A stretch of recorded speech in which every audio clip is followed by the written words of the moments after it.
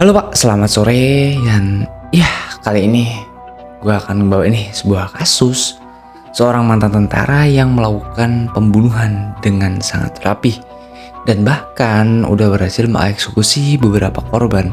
Tapi belum sempat diadili, sosok pria ini tewas di tangannya sendiri. Lantas gimana nih cerita selengkapnya? Ayo kita kupas tuntas.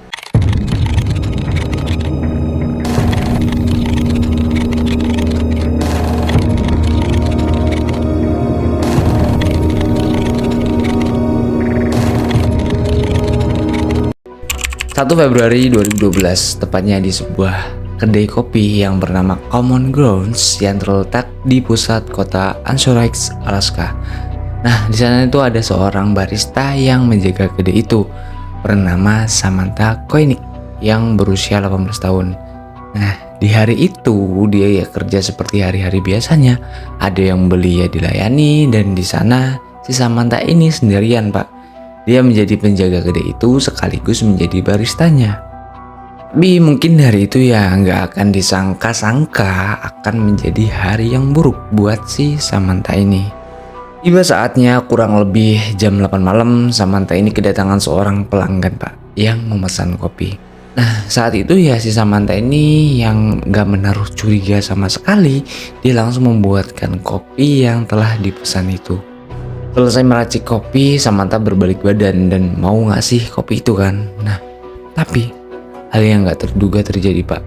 Kala itu pria misterius ini melakukan sebuah pengancaman gitu ya, yaitu menodongkan pistolnya ke Samantha.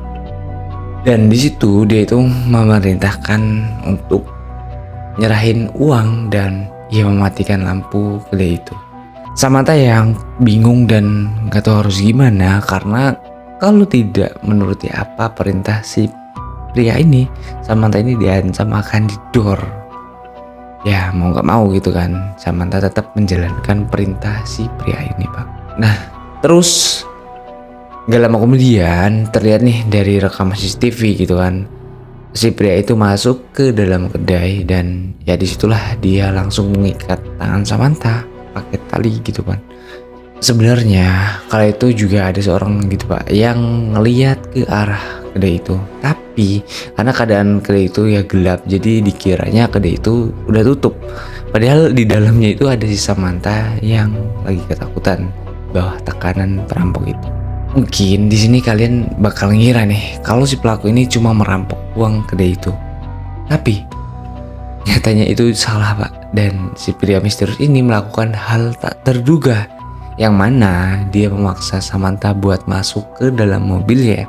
Sebelum diajak ke dalam mobilnya, Samantha itu ditanya gini, di mana mobil lu gitu. Dan ya di situ kan Samantha nggak punya mobil, dia ngejawab nggak ada gitu, atau ya gue nggak punya mobil gitu. Mungkin kayak gitulah percakapannya. Setelah mendengar pengakuan dari Samantha yang dia itu nggak punya mobil, akhirnya pria ini mengarahkan Samantha buat jalan masuk ke dalam mobilnya yang memang udah disiapin sebelumnya, dan mobil itu terparkir ya lumayan jauh dari kedai itu, Pak. Tapi di situ juga si Samantha yang nggak tinggal diam dong pastinya, dia itu sempat mencoba melarikan diri. Tapi karena pria ini lebih sigap, jadi Samantha ya bisa dikendalikan dan dia masuk lagi ke dalam mobilnya, Pak. Dan setelah ditangkap nih, pria itu menodongkan pistol ke kepala si Samantha. Kalau lu coba-coba melakukan hal yang sama lagi, lu bakal kedor gitu. Ya Samantha yang digituin pasti dia takut dong ya kan.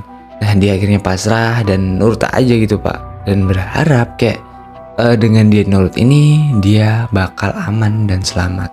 Di dalam mobil, pria itu yang ngejelasin gitu ke Samantha kalau itu hanyalah sekedar penculikan, yang mana nantinya dia itu akan meminta tebusan ke keluarga Samantha.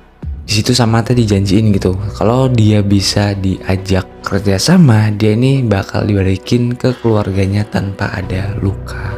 Kerjasama yang dimaksud mungkin ya kayak Samantha itu harus nurut apa yang diperintahkan pria itu.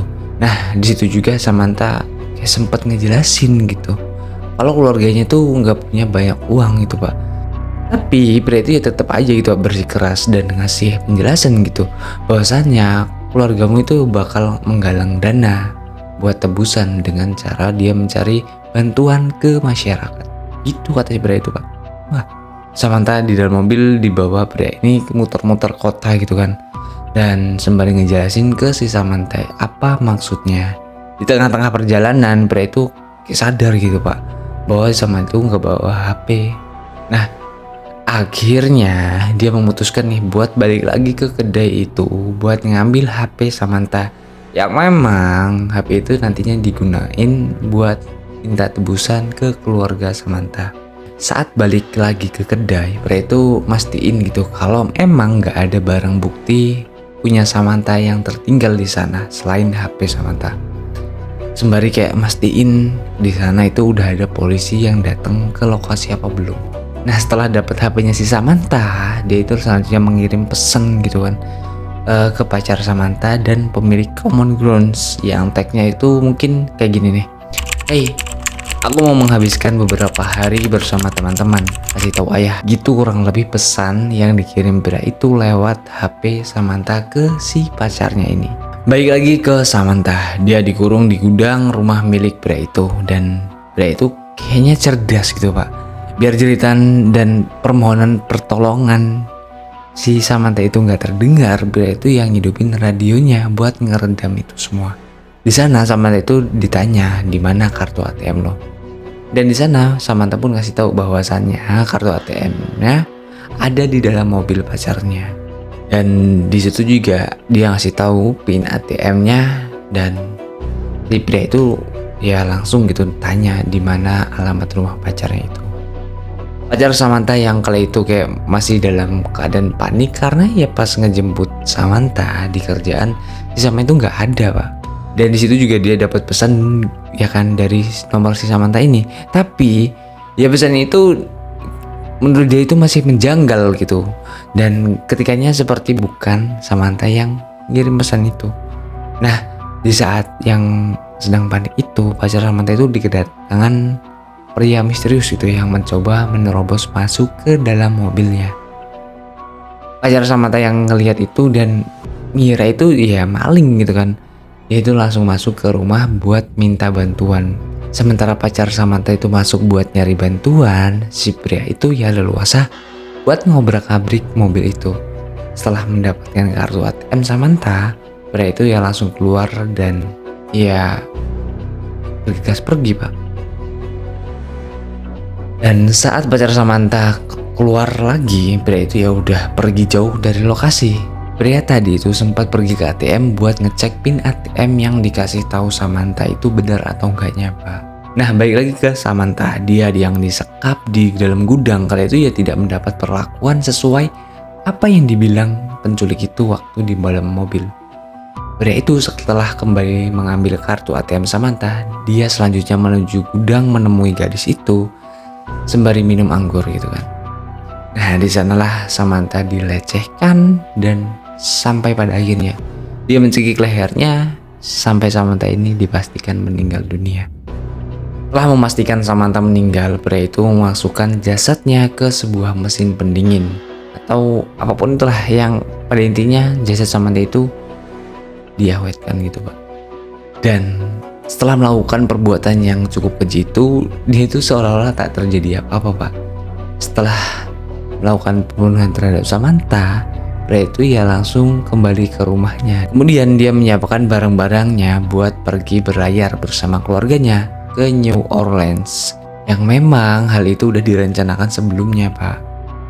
Usai 2 minggu liburan, pria itu kembali ke rumah pada 17 Februari 2012 dan tampaknya disinilah awal mula pria ini melakukan sebuah kesalahan yang mengakibatkan aksi pembunuhannya terbongkar.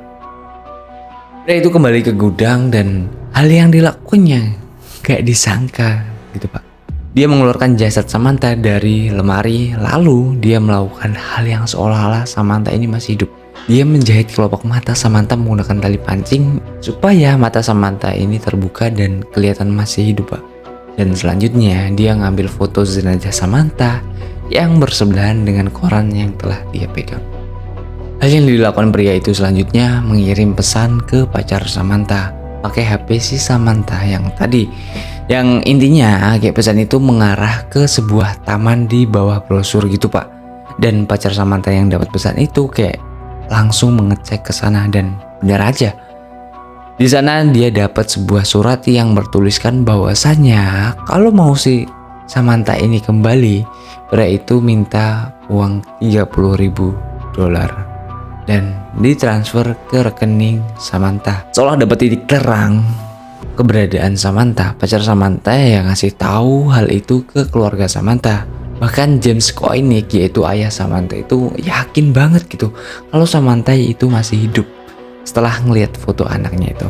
Dari beberapa sumber yang dapat gue simpulin bahwasannya ayah Samantha kali itu ya nggak punya cukup uang itu buat nebusin si Samantha ini, dan pada akhirnya dia melakukan galang dana. Setelah dana terkumpul dan dia kemudian mentransfer uang itu ke rekening Samantha sesuai permintaan penculik itu Pak. Dan di sanalah rencana sebenarnya dari keluarga Samantha, bahwasannya mereka dan pihak polisi ini bisa melacak keberadaan pelaku dengan melacak setiap penarikan yang dilakukan menggunakan ATM Samantha. Hal yang dilakukan pria itu malah ia berbanding terbalik gitu, yang bilang bahwasanya tadi setelah dia mendapatkan uang tebusan dia itu bakal ngasih Samantha itu ke keluarganya, tapi dia melakukan sebaliknya. Dia membawa jasad Samantha ke danau di utara Anchorage dan dia memasukkan jenazah Samantha ke dalam danau beku itu Pak. Sebelum dimasukkan ke danau, jenazah Samantha itu dimutilasi menjadi beberapa bagian. Nah, balik lagi ke pelacakan kepolisian terhadap pria ini. Bener aja gitu Pak, setelah tebusan itu ditransferkan ke ATM Samantha, terlacaklah beberapa penarikan yang dilakukan di beberapa ATM berbeda. Nah, dari penarikan itu terlacak dilakukan di Anchorage, kemudian di Arizona, New Mexico, dan Texas. Dari sinilah para aparat itu berhasil mengidentifikasi sosok pelaku penarikan berkat rekaman CCTV. Yang di sana itu menunjukkan sosok pria yang cukup misterius gitu karena menggunakan kacamata dan pakai jaket gitu Pak. Bukan cuma itu, dari kecerobohan pelaku ini, polisi ini berhasil dapat rekaman CCTV yang merekam kendaraan yang dipakai pelaku ini. Di situ terlihat bahwa pelaku itu mengendarai mobil Ford Focus yang berwarna putih. Dan pihak berwajib di sana selanjutnya itu melakukan pencarian atau yang menggantikan mobil-mobil yang sesuai ciri-ciri mobil pelaku tadi. Nah, pihak berwajib berhasil ngelihat mobil Ford Focus berwarna putih di sebuah hotel di Texas, yang kemudian ditunggulah mobil itu sampai pengemudinya itu keluar dan mengendari mobil itu. Polisi yang mengikuti mobil itu dari belakang gitu kan, dan sampai pada akhirnya Ford putih ini melaju kenceng gitu Pak, melebihi batas kecepatan. Hal itu selanjutnya membuat para pihak berwajib menghentikan si pengemudinya dan melakukan penggeledahan. Dan di saat melakukan penggeledahan, pihak berwajib ini berhasil menemukan barang bukti yang memang mengarah ke kasus si Samantha ini, yaitu berupa HP dan kartu ATM Samantha yang ditemukan di dompet pengemudi itu Pak. Dan didapati juga nih beberapa gulung uang yang memang sebelumnya uang itulah yang ditarik pelaku dari beberapa ATM. Nah, terus kenapa gitu pelaku ini kayak nggak melakukan penarikan yang sekaligus? Hal itu dilakukan itu supaya tidak mengundang kecurigaan karena penarikannya yang begitu besar. Jadi dia memilih melakukan penarikan dalam jumlah sedikit di beberapa ATM. Dan setelahnya pria itu ditangkap dan diketahui identitasnya adalah Israel Keyes atau Case gitu ya. Lantas siapa sih Israel Keyes dan gimana gitu kehidupannya sebelum menjadi pelaku pembunuhan? Israel Keyes, dia ini lahir pada 7 Januari 1978 di Cove, Utah. Dia adalah anak kedua dari 10 bersaudara yang lahir dari pasangan Heidi dan John Jeffrey Keyes. Nah, orang tua Keyes itu kayak gak percaya sama campur tangan pemerintah, sekolah umum, dan pengobatan modern. Bisa dibilang Keyes ini nggak sekolah di sekolah pemerintah. Dia hanya belajar secara otodidak, diajarkan oleh orang tuanya sendiri, Pak. Di usia Case yang menginjak 5 tahun, keluarganya itu berpindah meninggalkan Utah menuju Colville, Washington. Keluarga Case ini memilih hidup terisolasi di hutan yang mana di sana mereka hidup tanpa menggunakan listrik, Pak. Pada tahun 1990, keluarga Case ini berpindah lagi nih ke Maupin, Oregon. Nah, saat diinterogasi, Case itu ngomong gitu, kalau disinilah dia menyerang korban pertamanya, meskipun dia tidak membunuhnya. Setelah pindah 2 kali, keluarga Case ini ya masih aja gitu belum menemukan mungkin sebuah titik tempat yang emang nyaman, atau mungkin mereka itu suka berpindah-pindah gitu ya. Dan pada akhirnya keluarga Case ini pindah ke luar negeri untuk menetap di dekat komunitas Amish di Maine. Dan nggak tahu juga gitu apa alasan keluarga Case ini sering berpindah-pindah tempat tinggal. Saat mulai tumbuh dewasa, Case ini mulai nakal gitu, Pak, dan menunjukkan gelagat yang menunjukkan ciri-ciri psikopat. Kejahatan mungkin yang udah dia lakukan sejak kecil gitu, yang udah mengarah ke sisi kejahatan yang sebenarnya gitu, yang dilakukan di masa dewasa. Dia masuk ke dalam rumah tetangganya gitu buat nyuri senjata, suka berburu, nyiksa hewan, dan ya lain sebagainya gitu, yang emang itu udah hal yang bukan wajar gitu untuk dilakukan seorang anak kecil gitu. Saat Case masih remaja, dia ini diusir dari rumah setelah dia ngasih tahu nih ke keluarganya kalau dia nggak lagi seiman sama mereka. Dan bukan cuma diusir gitu, Pak, orang tua Case juga kayak ngasih tahu adik-adiknya supaya nggak usah bicara lagi sama Case. Setelah dia kabur dari rumah, nggak tahu tuh dia kemana gitu kan, dan barulah pada tanggal 9 Juli 1998 Case pindah ke New York. Nah, di sana dia mendaftar di Angkatan Darat Amerika Serikat, dan dia lolos dan menjabat sebagai spesialis di Kompi Alpha Batalion 1, Resimen Infanteri 5. Di saat bertugas menjadi tentara, dia nggak berulah gitu, Pak, dan nggak ada catatan kriminal. Yang ada, Case ini merupakan prajurit yang berprestasi. Tapi Case ini memang suka menyendiri, dan di akhir pekan dia menghabiskan waktu buat minum-minuman gitu. Terus entah apa alasannya, diketahui Case ini diberhentikan dengan terhormat. Dan selanjutnya Case menetap di reservasi Makkah di Nearby, Washington. Di Washington inilah tepatnya di tahun 2000 Case menikah dan dikaruniai anak perempuan yang lahir pada bulan Juli 2001. Pada tahun itu juga sampai 2007 Case ini mulai bekerja untuk Dewan Suku Makkah di Teluk Nea. Di tahun 2007, Case ini pindah ke Alaska untuk tinggal bersama perawat yang dia kencani, dan dia juga membawa anaknya gitu, Pak. Di tahun ini juga Case mulai merintis bisnisnya, yaitu Case Construction, yang mana dia juga menjadi tukang, kontraktor, dan pekerja konstruksi gitu. Dan itulah tadi perjalanan hidup dari si Israel Case. Dan pada saat pembunuhannya terhadap Samantha Koenig, inilah dia ditangkap pihak berwajib. Dia diinterogasi untuk menguak kasus kejahatan Case ini. Tapi dalam interogasinya, Case ini ya kayak menguasai jalannya interogasi gitu, Pak. Yang seolah dia ini malah mengendalikan alurnya. Karena setiap dia ditanya ini, dia itu malah ngasih teka-teki atau ya malah muter-muter gitu, Pak, jawabannya.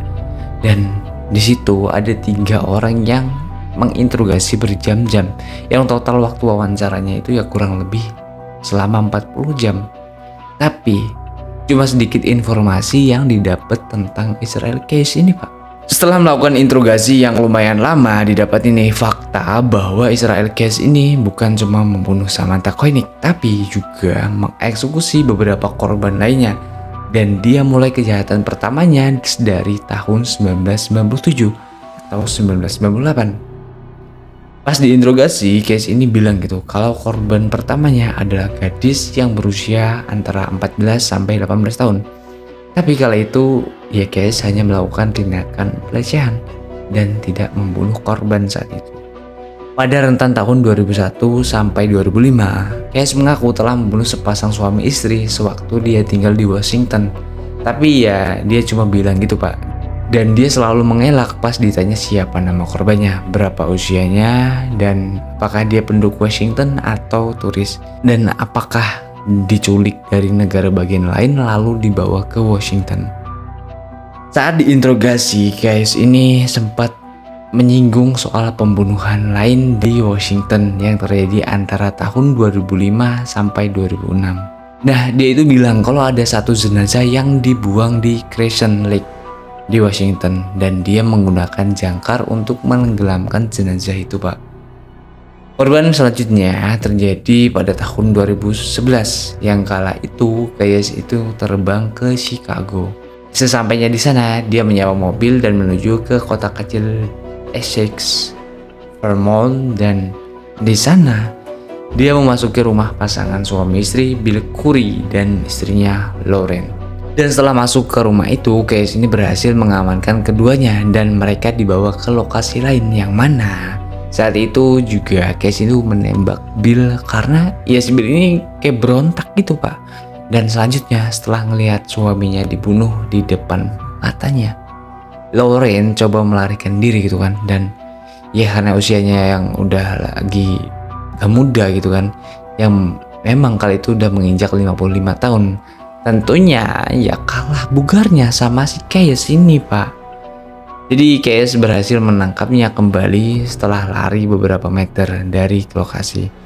Dan yang dilakukan Case selanjutnya adalah dia melecehkan wanita itu dan dieksekusi juga gitu dengan cara mencekik lehernya sampai tewas. Tapi sampai sekarang belum tahu nih dibawa kemana jasad Lauren dan Bill Curry karena si Case itu tidak memberikan keterangan gitu. Nah, itulah tadi korban-korban Case yang diperoleh dari hasil interogasinya yang memang hal itu banyak yang masih abu-abu pak, dan ada beberapa korban yang belum bisa dipastikan kebenarannya. Tapi aparat penegak hukum itu yakin kalau Case ini telah membunuh 11 orang. Case ini juga dalam memilih korbannya itu random, Pak. Dan dia itu kayak udah kecanduan gitu pas ngelakuin pembunuhan itu. Karena ya dia aku gitu ngerasa puas setelah mengeksekusi para korbannya. Belum tuntas masa pengadilannya, Case ditemukan meninggal di dalam selnya. Dan hal itu diakibatkan oleh luka sayatan di pergelangan tangannya dan cekikan di lehernya yang dilakuin dia sendiri pak. Dan ya nggak tahu gitu apa motifnya melakukan bunuh diri ini. Dan sewaktu diperiksa kepolisian di dalam selnya itu didapati secari kertas catatan gitu, dan kertas yang berisikan gambar tengkorak yang memang kelihatannya dilukis pakai darah Case sendiri. Dan ya mau nggak mau keluarga Samantha Koenig ini harus ikhlas dengan kehilangannya Samantha Koenig. Dan pelaku tidak mendapat hukuman karena ya dia memilih untuk bunuh diri pak. Dan sebenarnya masih banyak hal yang perlu dipertanyakan tentang Israel Case ini. Tapi ya apalah daya pak, orangnya aja udah meninggal duluan. Dan itulah tadi pembahasan buat hari ini tentang Israel Case dan korbannya Samantha Koenig. Gue juga minta maaf kalau informasi yang gue sampaikan itu keliru dan kurang lengkap. Dan buat kalian yang mungkin lebih tahu tentang kasus ini, coba ceritain di kolom komentar. Dan buat kalian yang punya kritikan tentang konten gua atau dari penyampaian gua yang kurang pas atau apapun itulah, yang tentunya pasti gua terima dengan senang hati gitu, supayanya gua bisa grow menjadi lebih baik lagi. Oke, see you next video, and jangan lupa klik tombol subscribe itu guys pak.